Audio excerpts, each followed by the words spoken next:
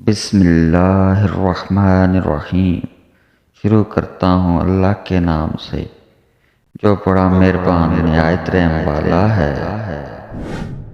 حضرت عمر بن عبدالعزیز نے فرمایا، جب تجھے چپ رہنے کی خواہش ہو اس وقت بول، اور جب تجھے گفتگو کرنے کی خواہش ہو اس وقت چپ رہ۔ حضرت عمر کے اقوال: ہر شے کا ایک حسن ہوتا ہے اور نیکی کا حسن یہ ہے کہ فوراً کی جائے۔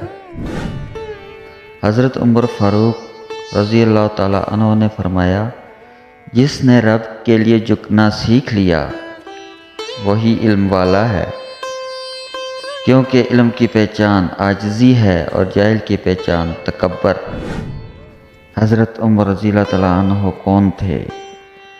عمر وہ ہیں جن کو آقا کریم صلی اللہ علیہ وسلم نے مانگا تھا، وہ عمر جنہوں نے 22 لاکھ مربع میل پر اسلام کا جھنڈا لہرایا تھا، وہ عمر جن کے لیے آقا کریم صلی اللہ علیہ وسلم نے فرمایا کہ اگر میرے بعد کوئی نبی ہوتے تو وہ عمر ہوتے، وہ عمر جن کو شیطان دیکھ کر راستہ بدل لیتا تھا، وہ عمر جن کی بہادری پر یہودی یہ کہنے پر مجبور ہو گئے کہ اگر عمر 10 برس اور حکومت کرتے تو پوری دنیا میں نبی کریم صلی اللہ علیہ وسلم کا حکم نافذ کر دوا دیتے، وہ عمر جو آج ہمارے کریم آقا صلی اللہ علیہ وسلم کے مبارک قدموں میں آرام فرما رہے ہیں۔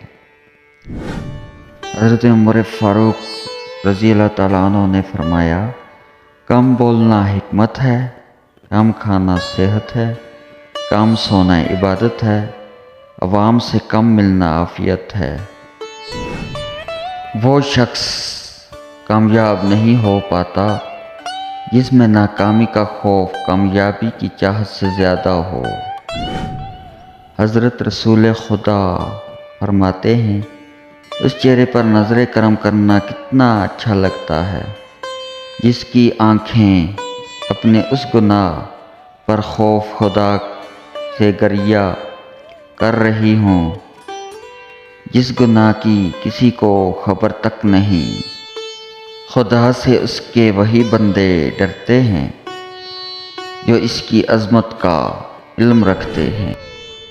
حضرت رسول خدا نے فرمایا، قیامت والے دن 3 آنکھیں یعنی خوف خدا میں رونے والی آنکھ، اللہ کی خاطر شب بیداری کرنے والی آنکھ اور اللہ کے محرم سے کنارہ کشی کرنے والی آنکھ کے علاوہ سب روئیں گی۔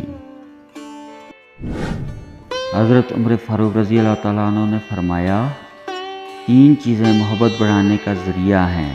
نمبر 1 سلام کرنا، نمبر 2 دوسروں کے لیے مجلس میں جگہ خالی کرنا، نمبر 3 مخاطب کو بہترین نام سے پکارنا۔